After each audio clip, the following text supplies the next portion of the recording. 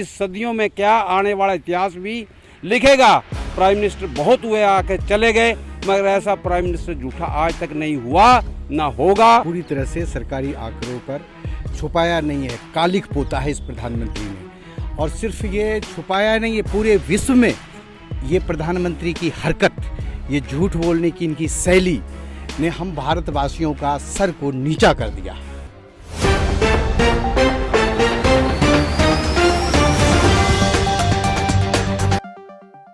पल न्यूज़ से मैं हूं आपके साथ नदीम अकरम। पार्लियामेंट में खड़े होकर के देश के जितने भी मिनिस्टर हैं वो लोग ताली बजाते नजर आए जब एक बात कही गई कि ऑक्सीजन से देश में कोई मौत नहीं हुई है। कितनी इसमें सच्चाई है और देश की जनता में इस पर उबाल भी है। तमाम लोग हमारे साथ बात करने के लिए मौजूद हैं। सिर्फ यही पूछा जाएगा कि ऑक्सीजन से देश में मौत हुई है या नहीं हुई है। इंतखाब आलम साहब हमारे साथ मौजूद हैं। मैं ये जानना चाहता हूं कि जो मैसेज देने की कोशिश पार्लियामेंट से की गई कि ऑक्सीजन से मौत नहीं हुई, किस तरीके से देखते हैं इन चीज़ों को? देखिए, आपके माध्यम से कहना चाहते हैं कि प्रधानमंत्री जी पार्लियामेंट में मनोहर पोथी पढ़ने का काम किया है। राज्यों से रिपोर्ट जो दिया गया है उनको, चाहे वो कोई भी राज्य हो, उन रिपोर्टों को उन्होंने खड़े होकर सिर्फ पढ़ने का काम किया है। हम आपके माध्यम से ये भी कहना चाहते हैं कि सरकार में ना संवेदना है, ना पार्टी के अंदर उनमें संवेदना है। उन्हें हमदर्दी और अपनापन जो होता है एक मानव के नाते, और उसके तहत अपनी बात जो बल जोरी कहने का या जिस तरह से अपने आप को अपने पीठ थपथपा के कहते हैं कि एक भी मौत बिना ऑक्सीजन के, ऑक्सीजन की कमी के कारण नहीं हुई है। हम आपको बताना चाहते हैं कि बतरा अस्पताल के डॉक्टर रो रो करके बोल रहे थे कि ऑक्सीजन 3 घंटा का है। गोल्डन टेम्पल जयपुर में ऑक्सीजन के कमी को लेकर के वो बोला कि भाई हम अब बेइज्जत हो जाएंगे और लोगों को बचा नहीं पाएंगे, लोगों की जानें जा रही हैं।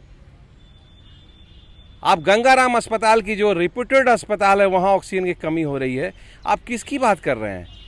आपको देश भर में इलाहाबाद और कानपुर और बनारस में लाशें जो फैल रही है गंगा के और जमुना के किनारे, जो बक्सर और आरा तक पहुँच गई, पटना तक पहुँच गई, वो तमाम जो है वो गवाही दे रही है कि बहुत सारी मौत बिना ऑक्सीजन की कमी से हुई है।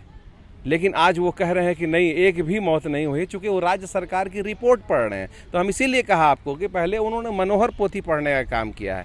आपको हम ये भी कह दें कि जिस तरह से ये देश का अजूबा, देश का इतना बड़ा झूठ जो प्रधानमंत्री संसद में कह करके किया है और उनके सहयोगी लोग, उनके मिनिस्टर से साथ में तालियां बजाए हैं, वो देश देख रहा है कि आप कितने बड़े झूठे हैं, कितने बड़े मकार हैं। देश देख रहा है देश के प्रधानमंत्री कितने बड़े झूठे हैं। किस तरीके से देखते हैं, ऑक्सीजन से मौत नहीं हुई है या सरकारी आंकड़ों को छुपाने की कोशिश है? ये पूरी तरह से सरकारी आंकड़ों पर छुपाया नहीं है, कालिक पोता है इस प्रधानमंत्री ने। और सिर्फ ये छुपाया नहीं, ये पूरे विश्व में ये प्रधानमंत्री की हरकत, ये झूठ बोलने की इनकी शैली ने हम भारतवासियों का सर को नीचा कर दिया है। बहुत हम शर्मसार हैं अपने प्रधानमंत्री के इस तरह के झूठ पार्लियामेंट के मंदिर में बोलने की वजह से। पार्लियामेंट के अंदर ये झूठ तो बोला गया, पर जो समाचार, जो भास्कर पेपर है वो लगातार इस चीज़ को छाप रहा था, उनके ऊपर छापेमारी करा दी गई सिर्फ सच दिखाने के चलते। किस तरीके से देखते हैं, क्या देश में आपातकालीन स्थिति लागू करने की कोशिश चल रही है लोगों की? ये आपातकालीन स्थिति जो है ये बहुत छोटा सा शब्द है इस हिटलर प्रधानमंत्री के लिए। ये आपातकालीन में भी आपातकालीन स्थिति लाना चाह रहा है। ये चाह रहा है इस भारत को फिर से गुलाम कर दें, और ये सारे के सारे कुछ पूंजीपतियों के लिए किया जा रहा है।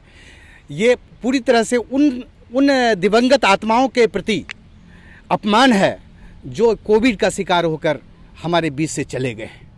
जो कोविड से शिकार होकर के चले गए, किस तरीके से देखते हैं प्रधानमंत्री जी के बयान से? क्या खुश हैं कि ऑक्सीजन से मौतें नहीं हुई हैं? माननीय प्रधानमंत्री का रुतबा एक बहुत बड़ा रुतबा होता है। पार्लियामेंट हमारी महापंचायत है और वो मंदिर है हमारा। सर्वधर्म समभाव के लिए जहाँ भी इंसाफ होता है तो वो पार्लियामेंट संसद में ही होता है, और संसद के ऊपर तो बड़ी आशाएं होती है। और प्राइम मिनिस्टर तो सभी पार्टियों, वो बीजेपी का, आरएसएस का प्राइम मिनिस्टर नहीं होता, वो पूरे देश का प्रधानमंत्री होता है, वो मालिक होता है, वो बाप होता है। और उन्होंने ये बयान देकर हमारे देश की, भारत माता की, हमारे भारत के बच्चों की, बूढ़ों की, वृद्धों की वो आंखें सूखने से पहले ही और ये बयान दे के उनको गहरे जख्म दिए, जो पूरी सदियों में क्या आने वाला इतिहास भी लिखेगा।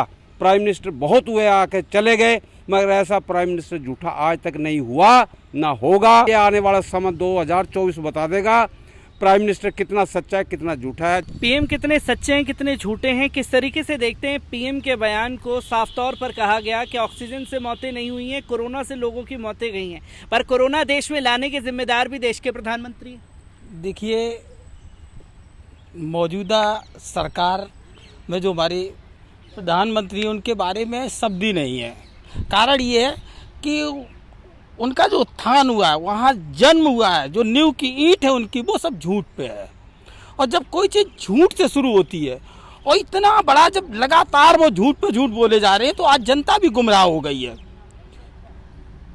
रही कोविड की बात, ऑल इंडिया छोड़ो, अंतर्राष्ट्रीय स्तर पर कोविड को लेके हर जगह काफ़ी चर्चा हो रही है और सब अपने अपने देश के बारे में बता रहे हैं कि हम कोविड के लिए, जनता के लिए क्या कर रहे हैं, छुपा नहीं रहे हैं। लेकिन हमारा दुर्भाग्य है कि हमारा प्रधानमंत्री एक, कहना चाहिए, सच्चाई के मंदिर में झूठ बोल रहा है। अब हम इस दुर्भाग्य को लेके किस तरीके से फेस कर रहे हैं, उसके लिए कांग्रेस निरंतर प्रयास कर रही है। रही राहुल भैया ने जो कल बयान दिया है, राहुल भैया ने सीधा स्पष्ट किया है कि हम किसानों के प्रति हैं, हम उनके साथ हैं। दूसरा, ये पेगासिस को लेके 2019 में हमारे राज साहब दिग्विजय सिंह ने पार्लियामेंट में बहुत बहस हुई थी, रविशंकर जी को मतलब बोलती बंद हो गई थी, लेकिन तब नहीं सुना गया। जब एक तरफ झूठ हो, एक तरफ सच्चाई हो, हाँ ये ज़रूर है, एक दिन आएगा लोगों को सच्चाई के बारे में पता चलेगा और सच्चाई की जीत होगी। मैं एक आखिरी सवाल इंतखाब साहब आपसे लेना चाहूँगा। जिस तरीके से लगातार मोदी सरकार की तानाशाही चल रही है, क्या इस तानाशाही को 2022 चुनाव में रोका जा सकता है?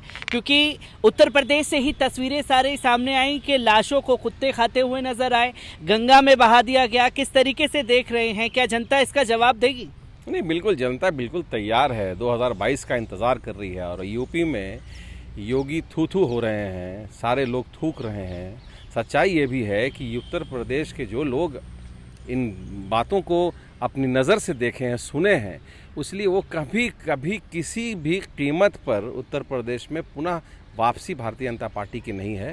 कांग्रेस की हमारी नेता आदरणीय प्रियंका गांधी जी जिन उद्देश्य, जिन मूल मंत्र से घूम रही हैं, जो समर्थन उनको प्राप्त हो रहा है, वो काफ़ी है। कांग्रेस वहाँ सत्ता में आएगी और सरकार वहाँ बनाएगी। चूँकि लोग बहुत त्राहिमाम हो गए हैं, लोग जो है परेशान हैं। आज बेरोज़गारी और भूखमरी की जो स्थिति है, लोग तबाही के कगार पर पहुंच गए हैं। इसलिए उस कगार से निकलने के लिए एकमात्र पार्टी कांग्रेस पार्टी है, जो उसके नस्बुल ऐन है, जो उसके नीति सिद्धांत है, जो उनके बताए हुए रास्ते हैं, उन पर चल करके कांग्रेस को जो पुरानी शक्ति, जो कांग्रेस की खोई शक्ति है, उसको पुनः बहाल करने में प्रियंका जी अकेले अपने साथियों के साथ वहाँ जूझी भी हैं, लग रही हैं और जुझारू साथियों के साथ एक मजबूत सरकार वहाँ देंगी उत्तर प्रदेश में। तो लोग हमारे साथ मौजूद थे, जहां पार्लियामेंट में खड़े होकर के ये तकरीर तो कर दी गई, ऑक्सीजन से मौत नहीं हुई। शायद देश के प्रधानमंत्री ने किसी अपनों को नहीं खोया होगा, और जिन्होंने खोया है उनके दिल में एक गुस्सा है देश के प्रधानमंत्री के लिए।